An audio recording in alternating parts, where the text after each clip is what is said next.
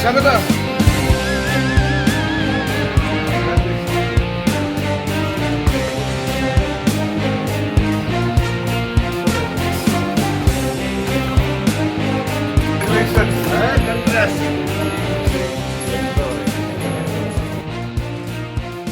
പ്രസൻസും cinema കാണാൻ തുടങ്ങിയ കാലം മുതൽ കൊതിപ്പിക്കുന്നതാണ്. സിനിമയിൽ വന്ന കാലം മുതൽ ചേർത്ത് നിർത്തിയിട്ടുണ്ട്.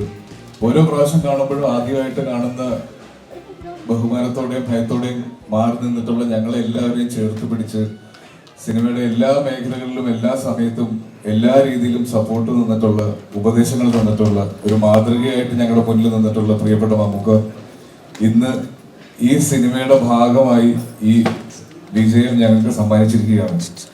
മമ്മൂട്ടി എന്ന മമ്മൂക്ക എന്ന മമ്മൂട്ടി ചേട്ടൻ ഇനി മുതൽ ഇത്രയും നാൾ വിളിച്ച് ശീലിച്ച മമ്മൂക്ക എന്നുള്ളത് പെട്ടെന്ന് മമ്മൂട്ടി ചേട്ടനായി മാറിയത് ഈ സിനിമയുടെ ഒരു മാജിക്കായി ഞങ്ങൾ കാണുന്നു.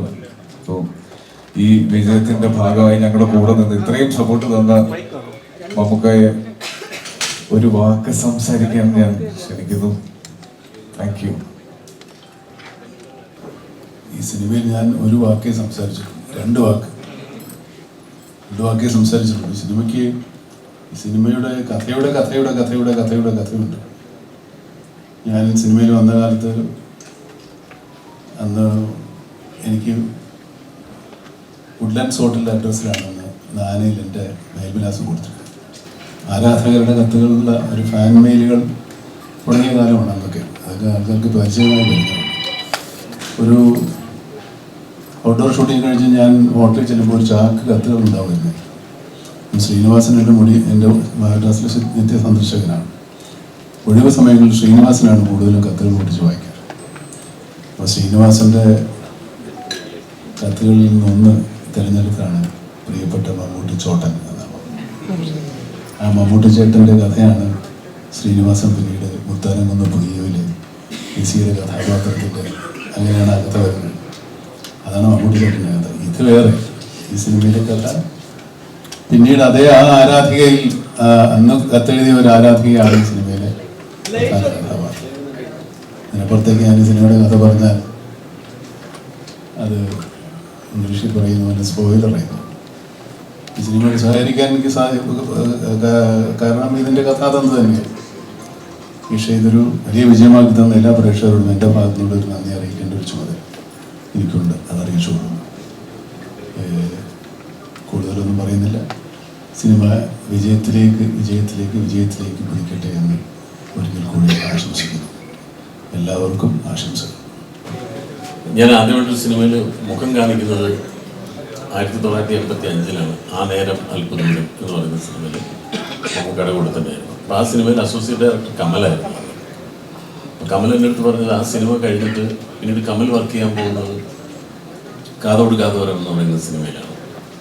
അപ്പോൾ എന്നോട് പറഞ്ഞത് ഭരതേട്ടൻ ഡയറക്റ്റ് ചെയ്യുന്ന സിനിമയാണ്, ഞാൻ അവിടെ ചെന്നിട്ട് നോക്കട്ടെ, എന്തെങ്കിലും ഒരു റോൾ ഉണ്ടെങ്കിൽ ഞാൻ സിദ്ദീഖിനെ അതിനകത്ത് വിളിപ്പിക്കാമെന്നൊക്കെ പറഞ്ഞു. പക്ഷേ അതിനകത്ത് എനിക്ക് അങ്ങനെ റോളൊന്നും ഉണ്ടായില്ല, എനിക്ക് ആ സിനിമയിൽ അഭിനയിക്കാൻ പറ്റിയില്ല. അപ്പം അന്ന് ഞാൻ ആലോചിച്ചില്ല. പിന്നീട് വർഷങ്ങൾ കഴിയുമ്പോൾ ഈ സിനിമയുടെ കഥ ഒരു കഥാതന്തുവായിട്ട് വന്ന് അതിനെ അനുബന്ധിച്ചൊരു സിനിമ ഉണ്ടാവും, ആ സിനിമയിൽ ഒരു പ്രധാനപ്പെട്ട റോൾ എനിക്ക് ചെയ്യാൻ സാധിക്കും എന്ന് ഞാൻ അന്ന് സ്വപ്നത്തിൽ പോലും കരുതിയിട്ടുണ്ടായിരുന്നില്ല. അതൊക്കെ കാലം നമ്മളറിയാതെ ഇങ്ങനെ നമുക്ക് വേണ്ടി കാത്തുവെക്കുന്ന ചില കാര്യങ്ങളാണ്.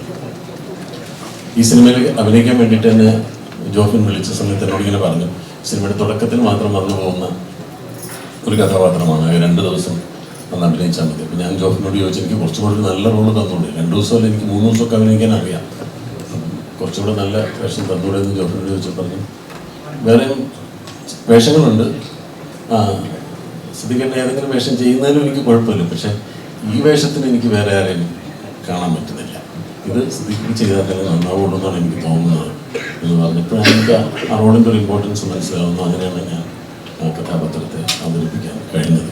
ഏതായാലും ഈ ചെറിയ സിനിമയുടെ വലിയ വിജയത്തിന് എനിക്കും കൂടി പങ്കാളിയാവാൻ സാധിച്ചതിൽ ഒരുപാട് സന്തോഷം.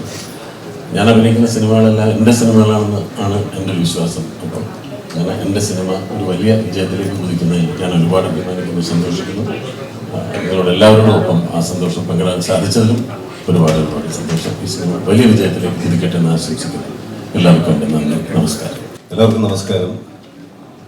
ഈ വർഷം തുടക്കത്തിൽ 2025 ഫേസ്ബുക്കിലൊക്കെ ഒരുപാട് മെസ്സേജ് വന്നു, ചേട്ടാ happy new year, happy new year. ഇത്രയും നല്ലൊരു ഹാപ്പി ന്യൂ ഇയർ ആവുന്ന ഞാൻ ഓർത്തില്ല. അത്രയധികം മികച്ച രീതിയിൽ നമ്മൾ അഭിനയിച്ചൊരു സിനിമ ഇവിടെ ഓടുമ്പോൾ ഒരു ആക്ടർ എന്നുള്ള നിലയിൽ ഒരുപാട് അഭിമാനവും സന്തോഷമുണ്ട്. റിയലി ഹാപ്പി ന്യൂ ഇയർ ആണ്. അതിന് കാരണക്കാരനായ എൻ്റെ എനിക്ക് ഏറ്റവും പ്രിയപ്പെട്ട എൻ്റെ മമ്മൂക്കയാണ്. മമ്മൂക്കായുടെ ഒരു യെസ് ഇല്ലെങ്കിൽ അതൊന്നുമല്ല, ഈ സിനിമയില്ല. അപ്പോൾ അതുകൊണ്ട് മമ്മൂക്കയോടാണ് നമുക്ക് ഏറ്റവും വലിയ കടപ്പാട്. ഒപ്പം ജോഫിൻ, ജോൺ, അവരുടെയൊക്കെ സ്നേഹം കൊണ്ട് എനിക്ക് ഈ ക്യാരക്ടർ കിട്ടി. ഒരുപാട് സന്തോഷം. ഇതിൻ്റെ പിന്നിൽ പ്രവർത്തിച്ച എല്ലാവർക്കും ഒരുപാട് വലിയ ആശംസകൾ, നന്ദി രേഖപ്പെടുത്തുന്നു. പ്രത്യേകിച്ച് മനോഹരമായ ചിത്രങ്ങൾ മാത്രം നിർമ്മിക്കുന്ന കാവ്യ ഫിലിം കമ്പനി അങ്ങനെ ആയിട്ടുണ്ട്. ലിസ്റ്റ് ഇങ്ങനെ തുടരുകയാണ്. അദ്ദേഹത്തിൻ്റെ ഷോക്കേസിൽ ഏറ്റവും നല്ല സിനിമകൾ മാത്രമാണ് നിറഞ്ഞുകൊണ്ടിരിക്കുന്നത്. എൻ്റെ പ്രിയപ്പെട്ട സുഹൃത്തും കൂട്ടുകാരനും അല്ലെങ്കിൽ നാട്ടുകാരനും ഒക്കെയായ ആൻഡ്രോ ജോസഫിന് നന്ദി. ആൻഡ്രോ ജോസഫാണ് ആദ്യമായിട്ട് ഈ സിനിമയിലേക്ക് എന്നെ വിളിക്കുന്നത്. ആ വിളി ഒരു ഒന്നൊന്നര വിളിയായിരുന്നു. ഒരുപാട് സന്തോഷം. വീണ്ടും എല്ലാവർക്കും നന്ദി, നമസ്കാരം. ആദ്യം 1 വർഷം മുന്നേ ഇതേ സമയത്താണ് ഓസ്ലർ എന്ന സിനിമ നമ്മൾ ചെയ്ത്. ഇതേ സമയത്താണ് ഒരു പ്രസ് മീറ്റിൽ ഒരുമിച്ചിരുന്ന ഒരു വേദി ഒരുമിച്ച് ഷെയർ ചെയ്യാൻ മമ്മൂക്കയുടെ പറ്റിയത്.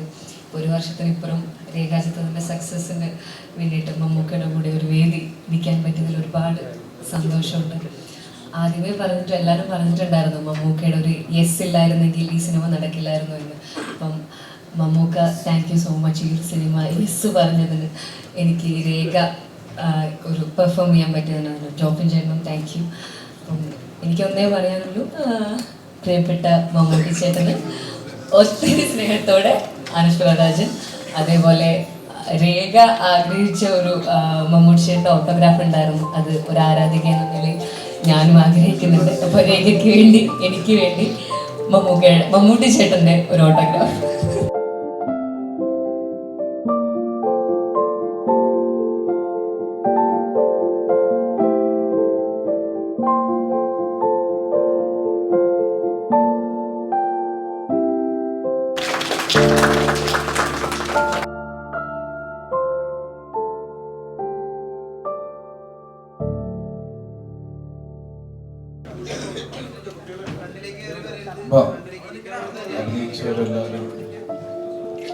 നമുക്ക് സോഷ്യൽ മീഡിയ മുഴുവൻ ട്രെൻഡ് ചെയ്യുന്ന ഒരു ചോദ്യമുണ്ട്. റഷാക്കിന്റെ സമയത്ത് നമുക്ക് എനിക്കൊരു റോളക്സ് തന്നു, തിരിച്ച് ഞാൻ എന്താ കൊടുക്കുന്നതെന്ന് എല്ലാവരും ചോദിക്കുന്നുണ്ട്. Thank you.